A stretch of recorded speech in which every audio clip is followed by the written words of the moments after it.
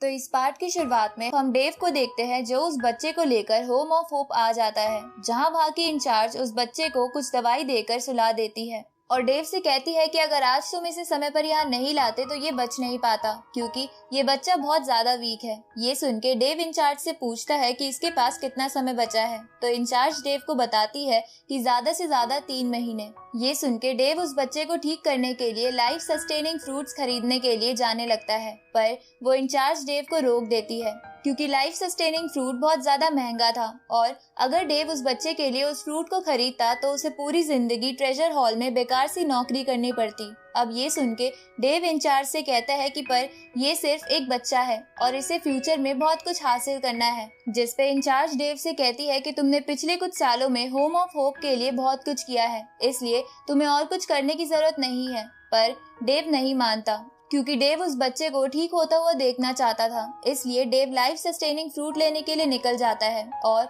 उसे खरीद कर वापस होम ऑफ होप आने लगता है, जहाँ रास्ते में रूबी नाम की अमीर लड़की डेव को रुकने को कहती है, पर डेव नहीं रुकता। तो रूबी डेव का रास्ता रोककर डेव से कहती है कि अगर तुम मेरी बात मानो तो मैं अपने फादर से कह के तुम्हें फ्री में लाइफ सस्टेनिंग फ्रूट दिलवा दूंगी, जिसके बाद तुम्हें उस कॉन्ट्रैक्ट को भी पूरा करना नहीं पड़ेगा जो तुम इस फ्रूट को खरीदने के लिए करके आए हो। ये सुन के डेव उस लड़की से पूछता है कि इसके लिए मुझे क्या करना होगा, तो वो लड़की कहती है कि तुम्हें अभी पैसों की जरूरत है और मुझे तुम्हारी, क्योंकि मैं तुमसे प्यार करती हूँ, इसलिए अगर तुम मेरे हो जाओ तो मैं तुम्हारी सारी विशेष पूरी कर दूंगी। ये सुन के डेव घबरा कर नीचे गिरने लगता है, पर रूबी उसे पकड़ लेती है। इसके बाद डेव रूबी को पीछे करके वहाँ से जाने लगता है, तो रूबी डेव से कहती है कि जब तुम उन होम ऑफ होप के अनाथ बच्चों को छोड़कर मेरे साथ रहने लग जाओगे तो मैं तुम्हें माला माल कर दूंगी। ये सुन के डेव उसे इग्नोर करते हुए बोलता है कि इसकी कोई जरूरत नहीं है क्योंकि मैं अपने कॉन्ट्रैक्ट के मुताबिक अपने सारे पैसे चुका दूंगा। ये सुन के रूबी गुस्से में डेव से कहती है कि आप मुझे ये सच बताओ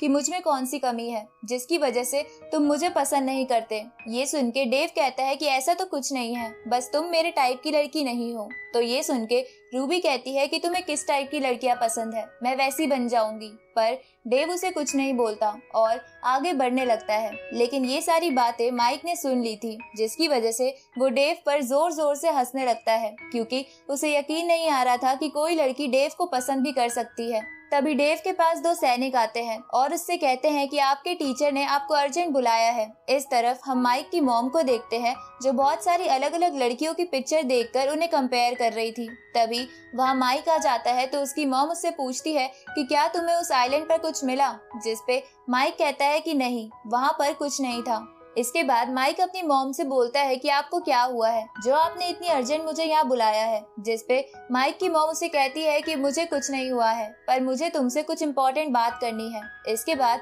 माइक की मॉम उसे सभी लड़कियों की पिक्चर्स दिखाकर कहती है कि इनमें से एक को चुन लो ताकि मैं उससे तुम्हारी शादी करा सकूं। तो माइक शादी से बचने के लिए एक एक कर हर लड़की की तरफ इशारा करते हुए कहता है कि ये बहुत ज्यादा मॉडर्न है, ये बहुत ज्यादा मासूम है। पर तभी माइक को एक अजीब सी लड़की की फोटो दिखती है, जिसे देखकर माइक अपनी मॉम से कहता है कि क्या आपको मुझसे बस यही काम था, जिस पे माइक की मॉम उसे कहती है कि तुम्हारी शादी से ज्यादा इम्पोर्टेंट कोई काम नहीं है क्योंकि मैं जल्दी से जल्दी दादी बनना चाहती हूँ, इसलिए इनमें से एक को चुन लो। ये सुन के माइक घबराते हुए अपनी मॉम से कहता है कि मैं आपके सुंदर चेहरे को बचपन से देखता आ रहा हूँ, इसलिए मुझे आपसे कम सुंदर तो कोई लड़की पसंद ही नहीं आती और ये सभी आपके मुकाबले कुछ नहीं है, इसलिए आप मेरे लिए एक ऐसी लड़की चुनो जो आप जितनी ही खूबसूरत हो और कम से कम आपसे आधी टैलेंटेड हो। अब अपनी तारीफ सुन के माइक की मॉम खुश हो जाती है और उसे कहती है कि तुम मुझे कितना भी मक्खन लगा लो पर मैं नहीं रुकने वाली और इसलिए मैंने तुम्हारे लिए एक मैच मेकिंग इवेंट रखा है जिसमें तुम आकर अपनी होने वाली मंगेतर को चुनोगे।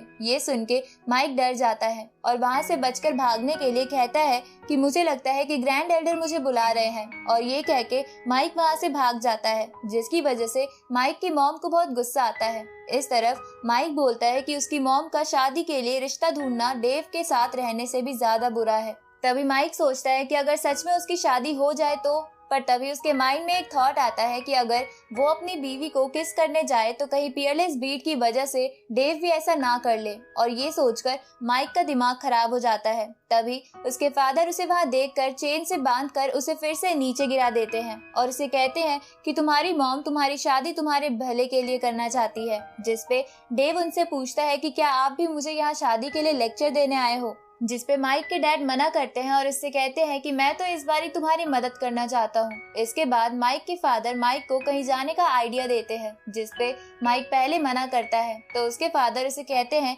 कि क्या हुआ, तुम डर गए? जिसपे माइक कहता है कि मैं 6 डोमेन्स में किसी से नहीं डरता, और ये कहकर माइक वहाँ जाने के लिए निकल जाता है। जिसके जाने के बाद माइक के डैड कहते हैं कि तुम्हें मनाना तो बहुत आसान था। दूसरी तरफ हम डेव को देखते हैं जो अपने टीचर के पास आ जाता है और उनसे पूछता है कि आपने यहाँ मुझे क्यों बुलाया है, क्या आपको उस कर्ज को तोड़ने का कोई सॉल्यूशन मिल गया है? ये सुन के डेव के टीचर उसे कहते हैं कि लॉर्ड ऑरेकल ने उन्हें बताया है कि पियरलेस बीट का स्ट्रक्चर बहुत ही कॉम्प्लिकेटेड है, इसलिए समय ही तुम्हें ठीक करेगा, पर मैंने तुम्हें यहाँ कुछ और इम्पोर्टेंट बात करने के लिए बुलाया है। इसके बाद डेव की टीचर उसे 3 डोमेन्स के बीच हर 5 साल में होने वाले कंपटीशन के बारे में बताते हैं जो शुरू होने वाला था, जिसमें पार्टिसिपेट करने के लिए डेव के टीचर गॉडफादर डेव को भेजना चाहते थे। जिसपे डेव कहता है कि क्या आप होली सिटी में होने वाले कंपटीशन की बात कर रहे हैं, क्योंकि अगर ऐसा है तो मैं वहाँ नहीं जा सकता, क्योंकि मुझे नहीं लगता कि मैं अभी इस कंपटीशन के लायक हूँ। ये सुन के